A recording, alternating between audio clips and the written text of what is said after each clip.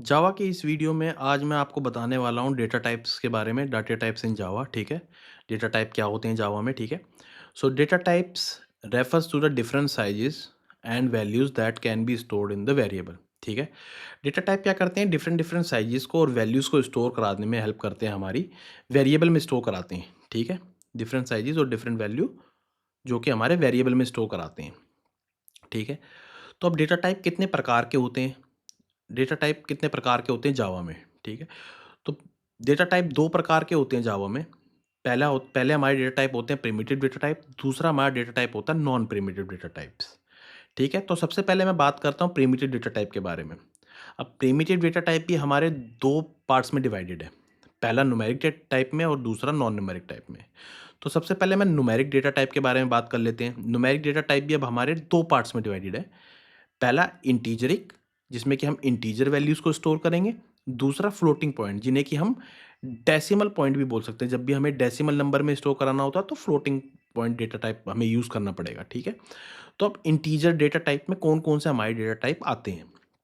सबसे पहला हमारा डेटा टाइप आता है बाइट, फिर आता है हमारा शॉर्ट, फिर आता है हमारा इंट, फिर आता है लॉन्ग, ठीक है।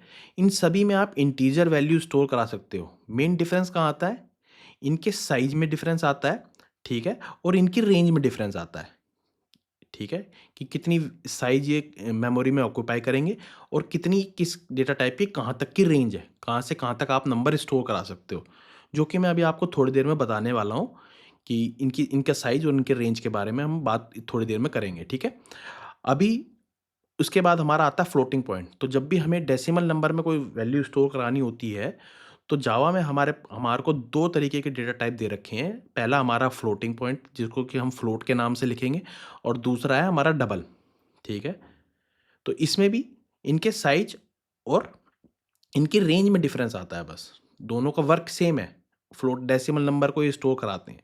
अब बात कर लेते हैं नॉन न्यूमेरिक डेटा टाइप के बारे में। नॉन न्यूमेरिक डेटा टाइप हमारे पास 2 तरीके के डेटा टाइप है। एक आता है हमारा बूलियन और एक आता है हमारा कैर। बूलियन सिंपली ट्रू फॉल्स, कैर आप नाम से ही समझ गए होंगे, ABCD कैरेक्टर जो वैल्यूज को लेता है, ठीक है। अब बात करते हैं नॉन प्रिमिटिव डेटा टाइप्स के बारे में। तो नॉन प्रिमिटिव डेटा टाइप्स क्या होते हैं। नॉन प्रिमिटिव डेटा टाइप्स हमारे होते हैं स्ट्रिंग हो गया, एरे हो गया, इनहेरिटेंस हो गया, वेक्टर हो गया, क्लासेस हो गई। तो ये सारे जो हैं ये नॉन प्रिमिटिव डेटा टाइप है, जिन्हें कि हम यूजर डिफाइंड डेटा टाइप भी बोलते हैं।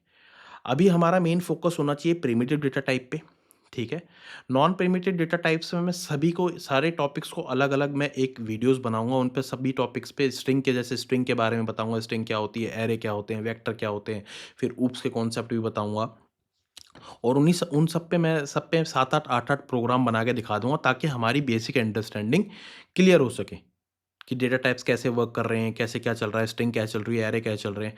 तो अभी हमारा मेन फोकस होना चाहिए प्रिमिटिव डेटा टाइप्स पे। हमें पता होना चाहिए प्रिमिटिव डेटा टाइप कैसे यूज़ हो रहे हैं। इस वीडियो के बाद मैं आपको प्रोग्रामिंग करके दिखाऊँगा प्रिमिटिव डेटा टाइप्स पे। 7-8 या 8-10 प्रोग्राम बना के दिखा दूँगा, कि ताकि उनसे थोड़ा डेटा टाइप्स के साथ थोड़ा प्ले करके दिखा दूँगा कि कैसे डेटा टाइप्स चल रहे हैं, कैसे काम कर रहे हैं, ठीक है। तो अभी के लिए हमको पता होना चाहिए बस प्रिमिटिव और नॉन प्रिमिटिव डेटा टाइप होते हैं, और प्रिमिटिव डेटा टाइप में क्या-क्या होता है और नॉन प्रिमिटिव डेटा टाइप में क्या-क्या होता है, ठीक है। तो अब बात कर लेते हैं इनकी साइज की और रेंज की। Size and range of the data types, ठीक है। सबसे पहले हमारे पास आता है बाइट। बाइट डेटा टाइप, ठीक है। बाइट कितना साइज मेमोरी में ऑक्यूपाई करेगा, वो करेगा 1 बाइट का साइज, और इसकी रेंज होती है -127 टू 128। सो इसी के बीच का नंबर आप ले सकते हो, इसमें यूज़ कर सकते हो, ठीक है। अब बात करते हैं शॉर्ट की। शॉर्ट क्या लेता है, शॉर्ट करेगा 2 बाइट्स। शॉर्ट क्या लेगा, 2 बाइट्स लेगा, साइज में मेमोरी में ऑक्यूपाई करेगा, और उसकी रेंज जो है आप यहाँ तक का नंबर ले सकते हो, -32,768 टू 32,767। तो ये इसकी रेंज है। अब बात कर लेते हैं इंट डेटा टाइप की। इंट क्या कितनी मेमोरी लेगा हमारा, ऑक्यूपाई करेगा 4 बाइट्स की, और नंबर आप देख ही सकते हो, इसका नंबर शॉर्ट से बड़ा होता है, ठीक है। तो इंट डेटा टाइप आपको जब भी आपको रेंज ज़्यादा लेनी है तो आप इंट का यूज़ करोगे, ठीक है। अब लॉन्ग की बात कर लेते हैं। लॉन्ग डेटा टाइप यूज़ करेगा, लॉन्ग डेटा टाइप 8 बाइट्स की मेमोरी ऑक्यूपाई करेगा, और नंबर ये इंट डेटा टाइप से डबल की मतलब रेंज ले सकता है। जैसा कि आप नंबर स्क्रीन पे देख ही सकते हो। ये रटना नहीं है कि हमें कि क्या नाम है, कितना नंबर ले रहा है, कितना नंबर नहीं ले रहा। बस पता होना चाहिए कि यार इंट में हम कितना नंबर तक स्टोर करा सकते हैं और लॉन्ग क्या मतलब इंट क्या किस लिए यूज़ होता है और लॉन्ग किस लिए। जब भी हमें ज़्यादा नंबर मतलब ज़्यादा नंबर का कोई वैल्यू चाहिए तो हम लॉन्ग यूज़ करेंगे डेटा टाइप, और जब भी हमें थोड़ा छोटा चाहिए हो तो हम इंट यूज़ करते हैं, ठीक है? पता होना चाहिए बेसिक अंडरस्टैंडिंग। अब फ्लोट के बारे में बात कर लेते हैं। फ्लोट करेगा 4 बाइट्स मेमोरी ऑक्यूपाई करेगा और ये जाएगा अप टू 7 डेसिमल डिजिट तक, ठीक है? तो डेसिमल नंबर के बाद 7 डेसिमल डिजिट्स ये ले सकता है फ्लोट, ठीक है? अब बात कर लेते हैं डबल की। डबल क्या होता है? डबल 8 बाइट्स मेमोरी ऑक्यूपाई करेगा साइज़ में और अप टू 16 डेसिमल डिजिट्स, ठीक है? डेसिमल के बाद 16 डिजिट्स तक ये ले सकता है। अब बात करते हैं बूलियन की। बूलियन कितनी लेगा? 1 बाइट लेगा। और ये सिर्फ़ ट्रू और फ़ॉल्स में ही, इसकी रेंज सिर्फ़ ट्रू और फ़ॉल्स ही है, जैसा कि मैंने आपको पहले ही बताया था, इसकी रेंज सिर्फ़ ट्रू और फ़ॉल्स ही है।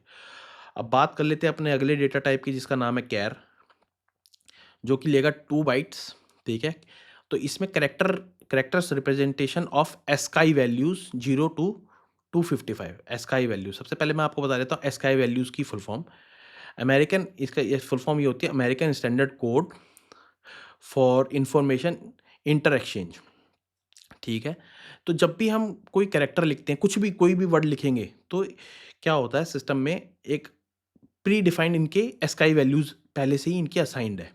जैसे मैंने कैपिटल ए लिख दिया, कैपिटल बी लिख दिया, तो इन सभी की जैसे एक वैल्यू असाइन्ड है, ठीक है?